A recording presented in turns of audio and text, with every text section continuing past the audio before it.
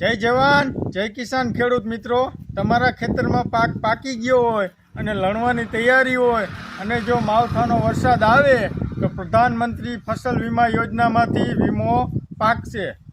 અને જો ખેડૂતના ખેતરમાં પાક પાકી ગયો હોય અને લણી લીધો હોય અને કાપણી કરી અને એના ખેતરમાં ઢગલો પડ્યો હોય અને જીતુભાઈ જો ટ્રેક્ટર લઈને આવવાના હોય ભરવા અને જીતુભાઈને 5-10 મિનિટ મોડું થાય અને જો વરસાદ આવી જશે તોય 15 દિવસ પછી પ્રધાનમંત્રી ફસલ વીમા યોજનામાંથી વીમો પાકશે. આવું આપણા દેશના યશસ્વી વડાપ્રધાન નરેન્દ્રભાઈ મોદીએ કીધેલું છે. પ્રધાનમંત્રી સાહેબ, હું તમને પૂછવા માંગુ છું કે 2018થી પ્રધાનમંત્રી વીમા ફસલ યોજના બંધ કરી દેવામાં આવી છે.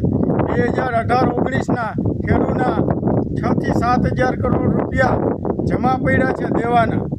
એ પૈસા તો નથી આપ્યા, પણ જે વીમા યોજના હતી એના પૈસા તો ખાઈ ગયા અને ખેડૂતની જે વીમા ફસલ યોજના હતી એ પણ બંધ કરી દીધી છે.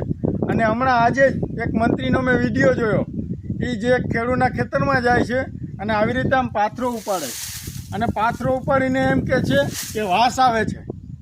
અરે ભાઈ, વાસ આવે છે શેની તને વાસ આવે છે?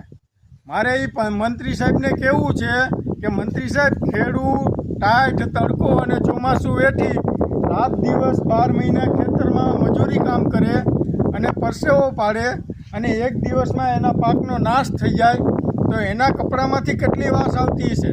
એની વેદના સમજો તમે. તમે એક દિવસ ખાલી ફોટો પડાવવા જાઓ તોય તમારાથી વાસ સહન નથી થતી.